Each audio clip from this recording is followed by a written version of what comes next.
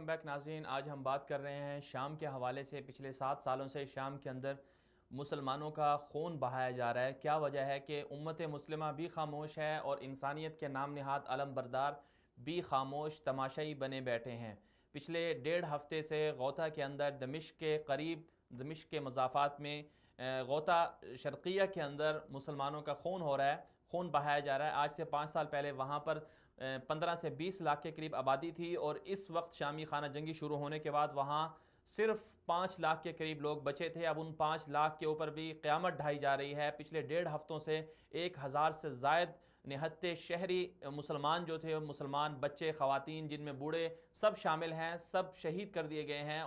और अभी भी अक़वाम मुत्तहिदा ने, आलमी बरादरी ने, सलामती कौंसिल ने करारदाद पेश भी कर दी। कहा कि इस जंग को रुकवा दिया जाए, आर्जी जंगबंदी कर दी जाए, लेकिन उसकी पासदारी नहीं हो रही। वक्फे से गौता के अंदर मुसलमानों के ऊपर बमबारी की जा रही है और वहाँ पर इमदादी कामों के लिए भी बड़ी मुश्किलात का सामना है। वहाँ लोग अब क्या करें, वहाँ से ना निकल सकते हैं और ना वहाँ पर रह सकते हैं। अब जब बात की जाए तो हर बंदा अपनी बात कह रहा है। कोई कह रहे हैं कि ये सियासी जंग है, कोई कहता है ये फ़िरका वाराना जंग है, कोई कहता है ये मुसलमानों की नस्ल कुशी के लिए ये जंग बर्पा की गई है, कोई कहता है शिया सुन्नी लड़ाई है।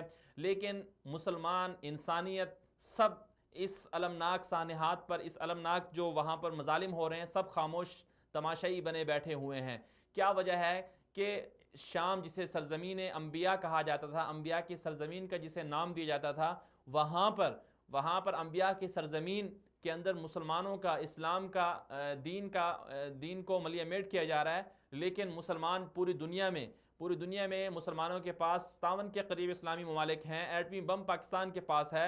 खलीजी ममालिक, अरब ममालिक बहुत ताकतवर हैं। इंटरनेशनल दुनिया के साथ, रशिया के साथ बहुत सारे मुसलमान मुल्कों के ताल्लुकात हैं और इसी तरह अमेरिका के साथ बहुत सारे मुल्कों के ताल्लुकात हैं। लेकिन कोई भी मुल्क सफारती ज़राए से इस जंग बंदी के लिए कोई कोशिश नहीं कर रहा।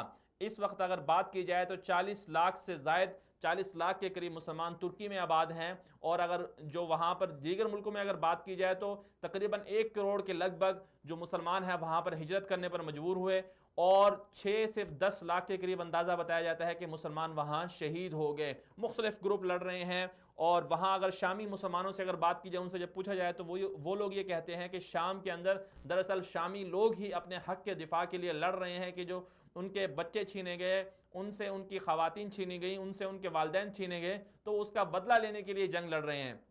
जबकि इंटरनेशनल मीडिया की बात की जाए तो इंटरनेशनल मीडिया ये बावर कराता है दुनिया को कि वहाँ पर ISIS दाइश लड़ रही है, अलकायदा लड़ रहा है, दीगर दो दहशतगर्दाना तंजीमें हैं बकौल आलमी ताकतों के, वो लड़ रही हैं। लेकिन हमें यह बात समझ में आती है कि इस वक्त जो जंग जारी है, जहाँ दीनी और मुसलमानों का और इस्लाम का नस्ल कुशी हो रही है, वहीं पर यह जंग किसी हद तक सियासी भी है कि रूस और अमेरिका अब आमने सामने आ चुके हैं। रशिया के पुतिन ने, जो सदर हैं वहाँ, उन्होंने अपने हालिया बयान में कहा कि हमने 200 से ज़ायद जो है वहाँ पर जंगी जो जदीद असलहा है उसका हमने तजर्बा किया और तजर्बा भी किन पर किया, मुसलमानों के ऊपर किया गया। और इसी तरह अगर ट्रंप की बात की जाए, ट्रंप ने इल्ज़ाम लगाया, इल्ज़ाम है या उसे हकीकत कह लें आप, कहा कि बशार अल असद के पास कीमियाई हथियार हैं, हम उनसे निपटने के लिए बशार पर हमला करेंगे। लेकिन वो बशार पर आज तक हमला अमेरिका ने नहीं किया है, ना रूस ने किया। रशिया ने बरमला इजहार किया कि हमारे पास ऐसे ऐसे एटमी असले हैं जिसका हमने वहाँ पर शाम में इस्तेमाल किया।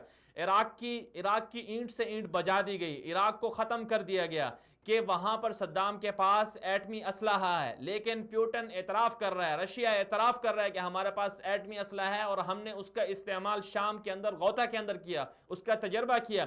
लेकिन दुनिया खामोश है। रशिया से कोई सवाल नहीं कर रहा कि आपने इस असलहे का वहाँ पर क्यों इस्तेमाल किया और इंसानियत और मुसलमानों के और इंसानों के परखच्चे इस असलहे से क्यों उड़ाए।